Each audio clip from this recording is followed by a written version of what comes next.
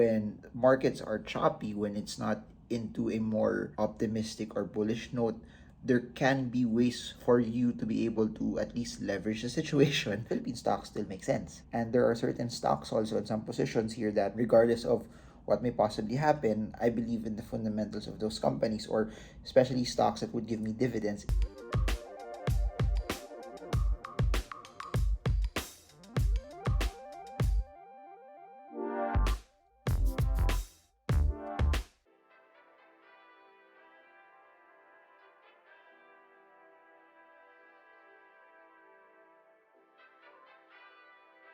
Hey guys, so we've seen a lot of downward volatility, not just in the crypto market, but we've seen it in Philippine stocks, and we've seen it also in the US stock market, that there has been a lot of volatility in a lot of asset classes that are not generally fixed. Given that all of these markets, Philippine stocks, US stocks, and the crypto market, and even the NFT market to some degree, they really haven't been as optimistic as what it was compared to certain points last year. Where should you invest, and what should you do that if there's a point in time where you have nowhere to hide? A lot of these stocks have been generally down, or a lot of these cryptos and NFTs have not been performing well. What should you do?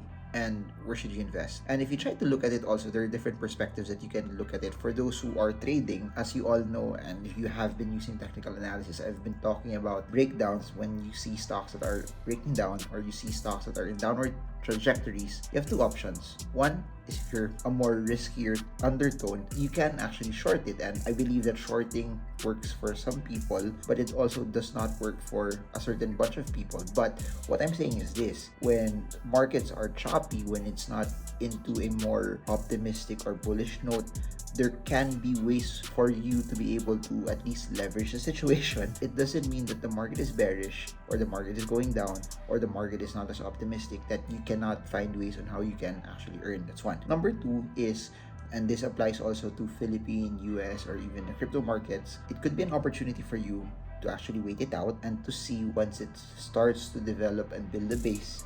And that's when you can start to accumulate, buy low, and allow you also later on that when it starts to push higher, you've already accumulated and build the base. And it depends on you how you want to do it. Do you want a dollar cost average while it's headed down? Do you want to be more strategic and tranche it at certain price levels? Or do you want to use technical analysis, hits a level of support, start buying there, breaks out from another resistance, start buying there? Regardless of how you want to do it, if you want to go long, there will be opportunities also when it's down and when it's bearish. And please do remember this, that when the market is low, when the market is bearish, that also gives you opportunities to see upsides on certain positions. To be more specific on the question, people are asking, should I focus on Philippine stocks? Given that historically, when an election is over, a few months after that, we're seeing at least the general index start to push up. Or should I just stack into cryptocurrency so that it's generally simpler for me to be able to navigate and just pick the ones that I actually like? The answer to that is, and I've been very consistent about this, it's not really about what's the best, but it's really about finding what works for you and diversifying properly in that. And allow me to share my experience that I've never left it. I've always been excited about the US markets or crypto markets. I never left the Philippine markets.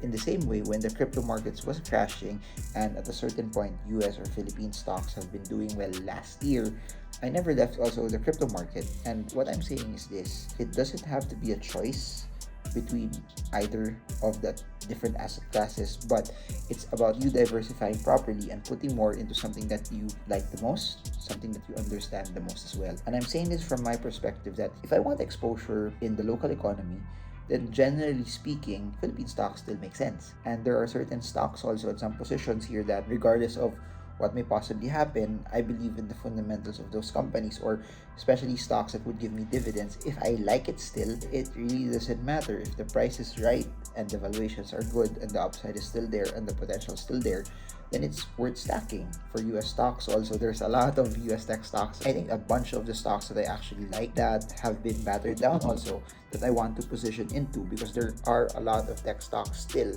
that are game-changing technology. It's just that everything that's happening right now in the States, from interest rate hike, from fears of a recession, from all of the things that's going on that's causing a lot of this downward volatility. One thing that people need to consider, or at least you guys can also consider, is if you want exposure to Philippine stocks or you want exposure to US stocks, but you don't want the hustle and bustle to just nitpick what you want to get into, then just look at index funds or just look at ETFs. So for the Philippines, it's very, very simple.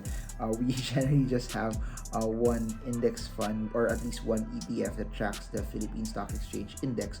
For the US markets, maybe just track the NASDAQ or track the S&P 500. S&P 500 gives you a broader approach. And if you look at it also from a perspective of performance over a period of time, index funds, or at least the ones that track major indices, have done well, especially if you don't want to really nitpick and analyze what you want to specifically come into. Another way to make it, at least to address certain people in the room, if you want to invest in stocks also, at least in the US market, one very, very interesting stock is just track Berkshire Hathaway, or at least position in Berkshire Hathaway. Why am I saying this? If you look at Berkshire Hathaway, look at their compounded annual growth rate over the past few years, and it has been very, very impressive. For those who are watching this and you are very much into crypto, as you all know, a lot of the people from the crypto community are not fans of Warren Buffett right now. However, they have performed it. If your goal is to earn, if your goal is to find something that, okay, I still want to earn and I really don't want to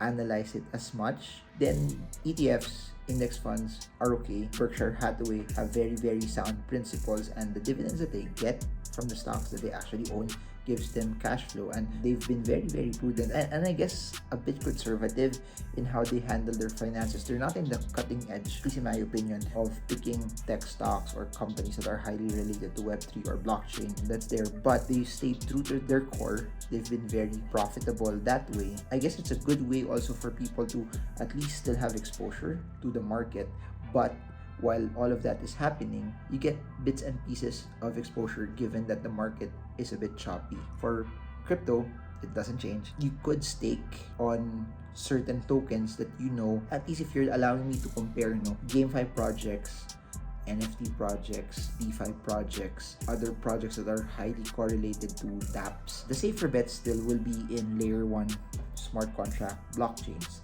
The safer bets still, at least comparing it versus dApps, will be L1s, regardless of what your conviction is, whether it be Solana, Avalanche, or Polkadot, or Cardano. If you notice it, there's too much competition on dApps. There's too many NFTs that are being built.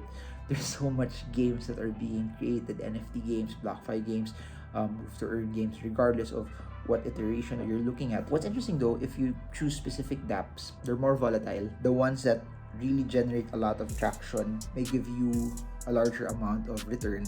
However, it's harder to pick it. If you make the wrong decision, there's a chance that it gets battered down 90+%. There's a chance also that as it gets battered down, it may not go back very, very fast, very, very quickly.